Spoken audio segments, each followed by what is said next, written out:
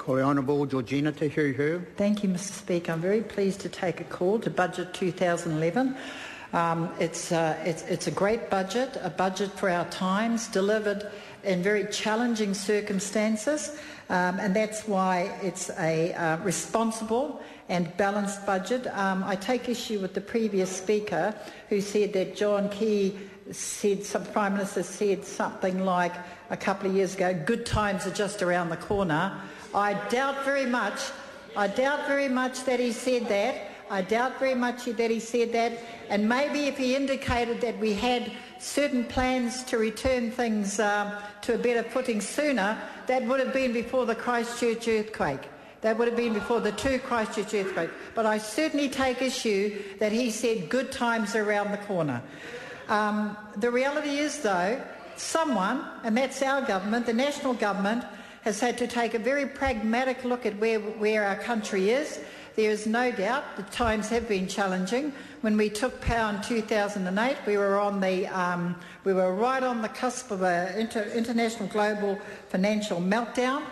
And of course, last year and earlier this year, our country saw one of the worst disasters that we've seen in the form of the Christchurch earthquake. But those are the challenges that are thrown up for the government of the day to confront, and our government is doing just that.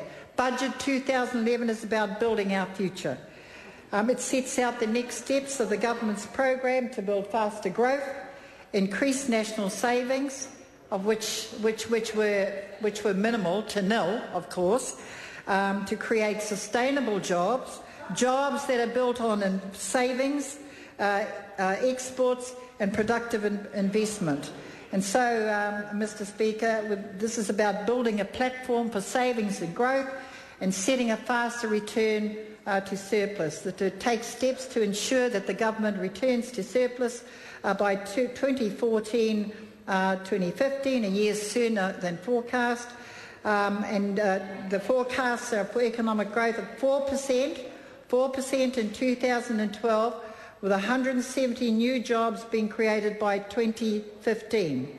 Importantly, the budget creates the $5.5 billion Canterbury Earthquake Recovery Fund, commits us all as New Zealanders to rebuilding Christchurch, because the well-being of Christchurch is critical to New Zealand's future. And so the fund will fund infrastructure, schools, temporary housing, trade training, welfare and business support, and demolition costs. And we all know, in fact, Clayton Cosgrove, sitting across the room, would know a lot more about just what is being required to be done down there than I would. But I'm very proud that our government has made the commitment. Well, he's a Christchurch MP, and we've got some here as well. But I'm very proud that we've made that commitment to our fellow New Zealanders in Christchurch. Budget invests $4 billion in frontline public services in areas health, education and supporting young people into jobs. It makes changes to KiwiSaver, to working for families and student loans to make these schemes sustainable into the future. Interest-free student loans to make that scheme sustainable into the future and to reduce the need for government borrowing. As I said, this is a budget for our time. It takes steps to ensure that that we return to surplus earlier. It puts a focus on repaying debt, raising our national savings, because that's what encourages investment, supports the creation of jobs. We want to ensure that the future generations of New Zealanders, our children, our grandchildren, are not saddled with enormous amounts of debt, and that taxpayers' hard-earned taxes go to the things that matter most: teachers, police, doctors, frontline services, more surgery, more education, a better education, because that's what our children deserve. Mr Speaker, I want to I want to take a minute here just to congratulate the Minister of Finance for bringing forward a responsible budget and under the leadership of John Key, a very sensible, a very balanced budget. Can I now turn to one or two of the areas that I have a particular interest in? At a time when the word is austerity and wise spending, I'm very pleased that extra funding has gone into the justice area as Minister for Courts, extra funding that goes into justice to help make communities safer and to make sure that our court services run more efficiently is very welcome. As part of making sure that communities are safer, I want to remind myself and others that courts are part of the community, and in our law and order policies, Mr Speaker, we've delivered on promises to put public safety first, not least in the courts. And this year, 2011-2012, will see a further rollout to boost court security. We'll spend another $2.5 million this year, which means we've spent $6 million with another $3 million to go in the 2012-2013 year. Court security has been an ongoing focus for me since I took over Minister for Courts, and I'm very proud of the fact that court security has improved. Already our court security officers in the current year to date, they've conducted 1,350,000 screenings and taken over 10,000 items into temporary custody, such as knives, pocket knives, scissors, wooden clubs, nunchucks, so on, which can hurt and harm court users. We have 83 court security officers, and this budget will deliver another 11 to bring a total of 94. By 2012-2013, we'll complete our program with a total of 105 court security officers. Mr Speaker, I'm very proud of our government putting safety first, and our law and order justice policies have seen that very much a priority for us. Can I turn now to some of the spending that will benefit, in particular, Māori and Pacific communities?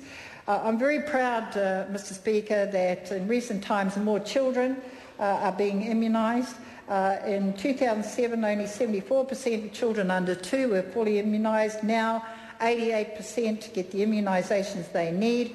The immunisation rate among Pacific children has increased, as has the immunisation rate for Māori children. This will be an ongoing focus for us. In education, the budget delivers an additional $550 million over 4 years for early childhood education, with a focus on increasing participation for Māori, Pacifica children and low-income children. Mr Speaker, it's estimated that within 25 years, 1 out of every 2 children born will be Māori or Pacific, and so it behoves us, it behoves all governments to make sure that we put a real focus on the education of all New Zealand little children, but in particular because there's a lagging in Māori and Pacific communities in those communities as well.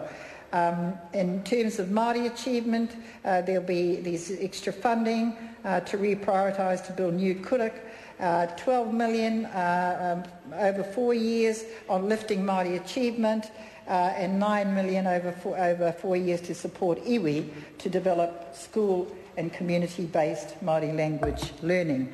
Trades academies, extra funding for wider youth guarantee initiatives to keep 16 and 17-year-olds engaged in education and training. This clearly, again, is aimed at low-income families, Māori and Pacific, because they are the future workforce, particularly in Auckland. And then in terms of Pacific Island affairs in particular, I just want to state that 1.2 mil of the 4.8 that was appropriated last year will be available this year as well to put into education, skill development and entrepreneurship of Pacific peoples in Auckland. As I said, Mr Speaker, this is a good budget for challenging times, a sensible budget, and I'm very, very pleased to have taken a call to support it. Call Carol.